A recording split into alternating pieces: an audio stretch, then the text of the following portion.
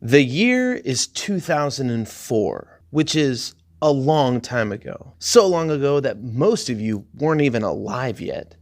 But I was in high school, and every year I would go to camp. And this camp was cool because you would get up there and they would put you on a team with a bunch of other students your age. And every year there was a theme, right? And so it might be a superhero theme. And so you might be on Team Batman or Team Super.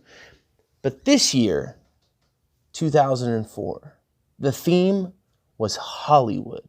So they had teams like the directors or the producers. Or if you were really lucky, you were on the stuntmen, right?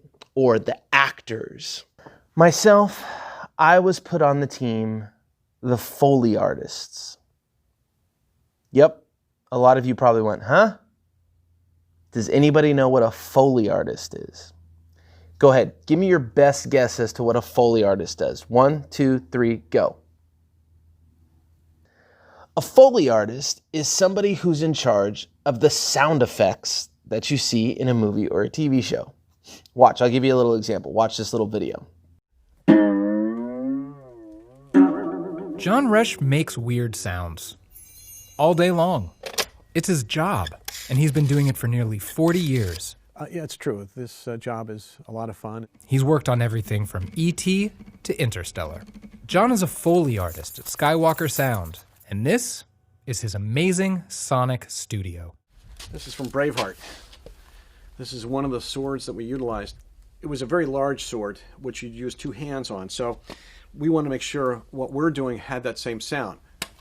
So with this, I can make it sound big. Detail is our business. We want to make sure that whatever we see on that screen, we are making the most honest representation thereof sonically. When I look at a scene, I hear the sounds in my head. So all I have to do is figure out, well, okay, that sound I hear in my head, how do I actually get that down on tape, if you will? The place may look like a hoarder's garage, but everything has a purpose. Even the building is important. It was constructed just for the demands of Foley. It has a floor that goes all the way down to earth for solid thuds and footsteps, and a splash pool that holds hundreds of gallons of water. Just the thing to make aquatic sound effects. Now we're in the back room. This is where all props are stored. And there is a method to the madness, believe it or not. It's funny, you see this as, okay, a little kid's glove, right? Well, actually, we used this in a video game recently for a footstep of a weird character. So what you see is not necessarily what you get. Again, that's the trick. Feather dusters, right? Just feather dusters? Well, not necessarily. Let's see. Quiet, guys. Thank you. It could be a bird. And this is all the way from Helsinki, Finland, from Heikki Kossi, the most famous Foley artist in Finland. It's called Lita, and well, I'll have her sing to you now. You ready? First and foremost, Foley is one of the most fun jobs there can be, and yet, of course, it's the most difficult. Good evening. There are more astronauts in the world than there are Foley artists.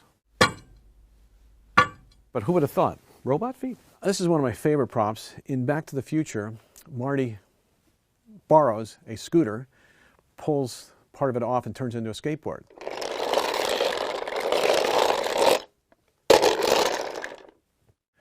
When I go to a movie, if the sound job is wonderful, I get lost in the film. In fact, that's what we all want.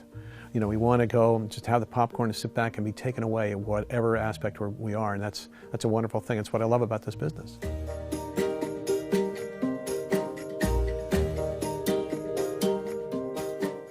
That's a Foley artist. Now, it's a pretty cool job. I'm not going to lie. I would love to get paid to make sound effects. In high school, when you're a freshman and you are competing against other teams, Foley artist doesn't really strike fear into the heart of your opponents. But we made the most of it. Each team would have to come up with a cheer or a chant or a war cry, and rather than come up with a fancy cheer or a cool song about our team, everywhere we went that week, we just made sound effects. So if they asked us how we were doing that morning, we would make a ridiculous sound effect. Let me hear your best sound effect. Give me the weirdest sound effect you can make on the count of 3. Ready? 1, 2, 3, go. Strange. So we're going to talk a little bit this morning about sound effects. But first, let's go back to what we've been talking about this month. We've been talking about the fact that we're given a message to deliver, right? It's our job to tell people about Jesus and about the good news that he brings. Now, I've told you about what the message is. I've told you why it's important, but I haven't told you how to do it yet. And so that's what I'm going to do this morning. I'm going to tell you how to share the good news about Jesus with your friends, your family, your teachers, pretty much anybody you come into contact with, using 4 sound effects. Yep, 4 sound effects. Are you ready? Now, to be fair, these sounds, they're actual words. They're just kind of weird words. And when you exaggerate them, they sound like really goofy sound effects. And remember, these 4 words or sound effects are going to help to remind you about how to share the good news about Jesus. All right, you ready for your first one? Your first one is whoa. I'll say it again. Whoa. Not wow, not whoa. Whoa. Whoa. Whoa. Whoa. Whoa. Whoa. Whoa. Whoa. As in, God created the entire universe, the entire world, everything in it, including you and me, and he has a plan and a purpose for our lives. Whoa.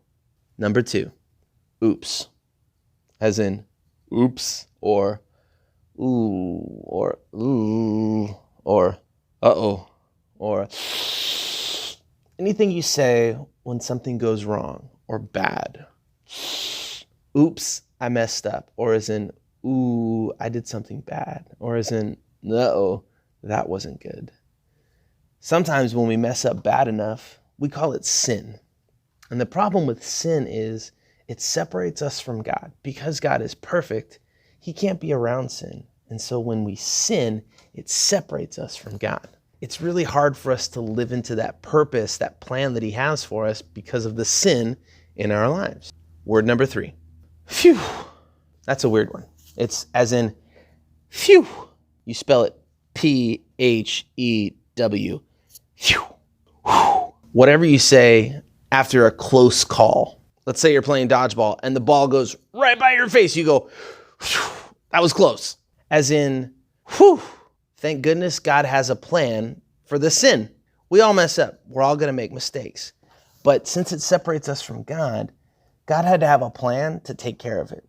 And he did. It was Jesus. God sent his son, Jesus, to die for our sins, to take care of the sin in our life so that we don't have to. Because God can't be around sin, we needed some way to get the sin out of our lives. Now, that doesn't mean that we won't mess up, but it does mean that no matter what we do, we can't mess up bad enough to keep us away from God. We can't mess up so bad that God won't love us and forgive us.